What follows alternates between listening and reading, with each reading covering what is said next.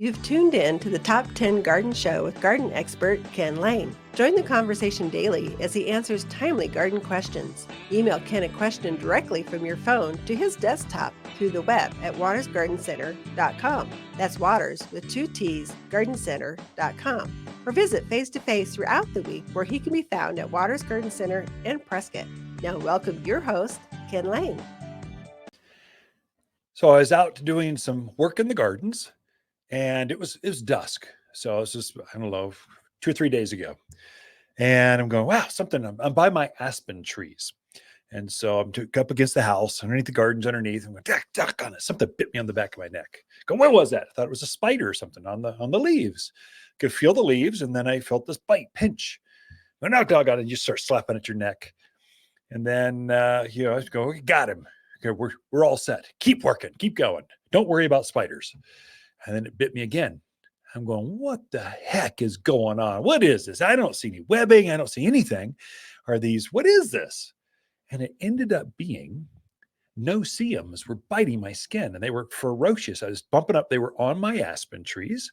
They were eating the foliage on the bottom side of the leaves. So thrip, T-H-R-I-P, thrip, or also called no-see-ums, they have a scarifying mouthpart. That is, they scrape off the living tissue and they eat it, digest it by the thousands.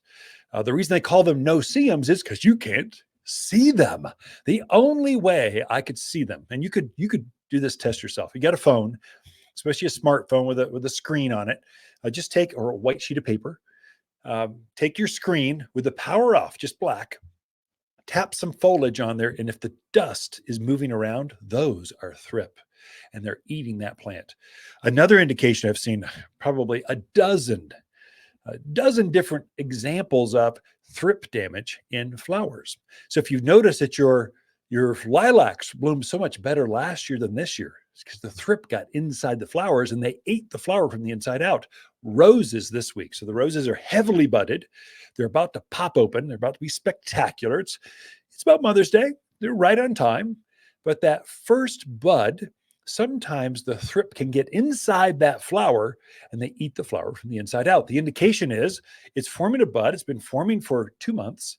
And all of a sudden it's about to open and the outer petals are black. They look like frost damage or something happened. There's only one thing that will do that, and that is thrip damage or no-see-um damage.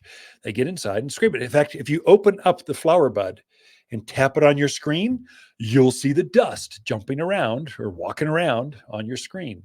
If you see that, kill them.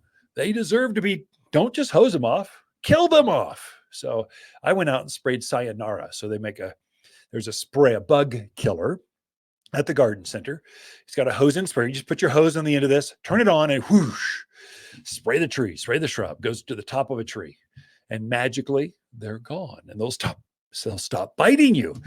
They can actually leave little welts on your skin, especially in the evening. So they're ferocious. They're eating up. I think it's because they're daytime creatures, and so they're trying to bulk up before the evening. And so ladybugs can eat them.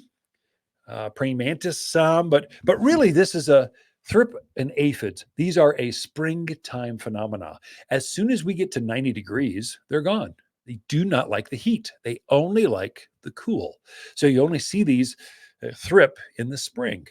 And so if we can get to June, when does it turn 90 here in the mountains of Arizona? It's sometime in June. By then it's all done. But then the grasshoppers and the blister beetles and other things come our way. Right now, the thrip are as bad as I see. I don't have any science to this, but I think the reason this happens, only because of experience. There's no science to back this up.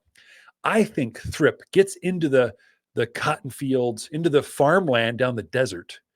And when we get a big windstorm like we had last week, it lifts them up and just carries them up the hill and dumps them on top of the mountain gardens. So they'll come blowing right up Yarnell, right up into, the Bradshaws, into the Peaks and Mingus, and they just dump it right into the valley areas. And all of a sudden we go from very few thrip to where did all these bugs come from? So kind of monitor that yourself. I mean, I've seen this for years going, okay, windstorm, I better watch for thrip. And it just to the season, it shows up every spring. Watch your gardens too. But if in doubt, spray it with sayonara, or there's another spray. If you've got your own hose-in sprayer, or you like a tank sprayer, pump-up sprayer, I make one that's called in and out spray. It's the same stuff, only one's in a super concentrate. So if you need a season's worth, that's a great one. In and out insect spray.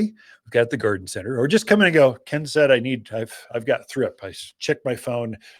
Help me. We'll show you what to do, because you and everyone else is coming in right now with thrip damage. And so we don't want that. They'll take your first flowers.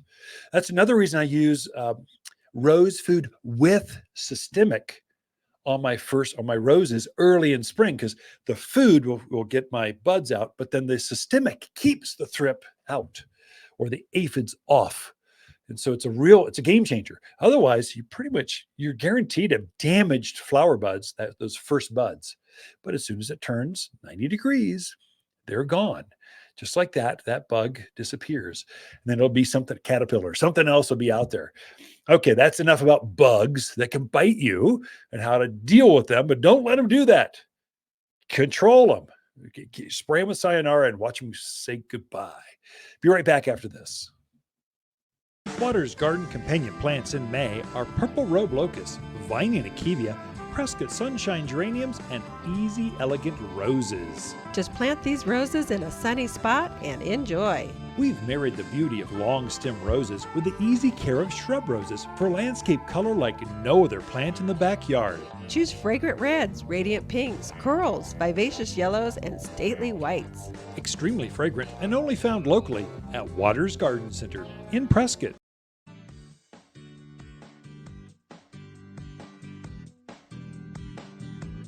The Top 10 Gardener, your source for timely garden advice seasonally correct for the garden. Guaranteed to make a difference in your yard this season.